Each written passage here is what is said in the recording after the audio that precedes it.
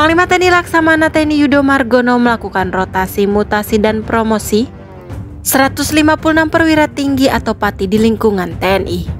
Hal tersebut dilakukan dalam rangka memenuhi kebutuhan organisasi dan pembinaan karir, serta mengoptimalkan pelaksanaan tugas-tugas TNI ke depan yang semakin kompleks dan dinamis. Sebanyak 45 diantaranya adalah perwira tinggi dari TNI Angkatan Udara. Menariknya di antara perwira tinggi tersebut terdapat salah satu putra Batak yang mendapat promosi pangkat jadi bintang 2. Lalu siapakah beliau? Langsung saja simak ulasan berikut ini. Marsma TNI Deni Hasoloan Simanjuntak kini menjabat sebagai Kepala Staf Komando Gabungan Wilayah Pertahanan 3 atau Kaskogab Ilhan 3. Sebelum menjabat Kaskogab Ilhan 3, beliau adalah staf khusus Kasau.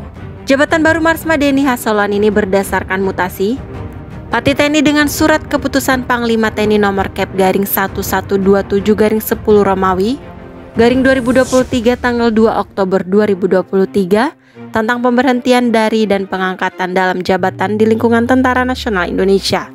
Dengan jabatan baru tersebut, maka dalam waktu dekat ini beliau akan menerima kenaikan pangkat 1 tingkat dari Marsekal pertama menjadi Marsekal Muda dengan pangkat 2 bintang emas di pundaknya. Salah satu putra terbaik Batak ini merupakan lulusan Akademi Angkatan Udara atau AAU tahun 1994 dan pernah mengikuti pendidikan Sekbang dan Diwisuda atau Wingday sebagai penerbang pada tahun 1996. Pada tahun 2008 beliau menempuh pendidikan di Sekolah Staf dan Komando Angkatan Udara dan lulus sebagai angkatan ke-45 bersama 149 siswa dari kalangan TNI Angkatan Udara dan negara-negara tetangga.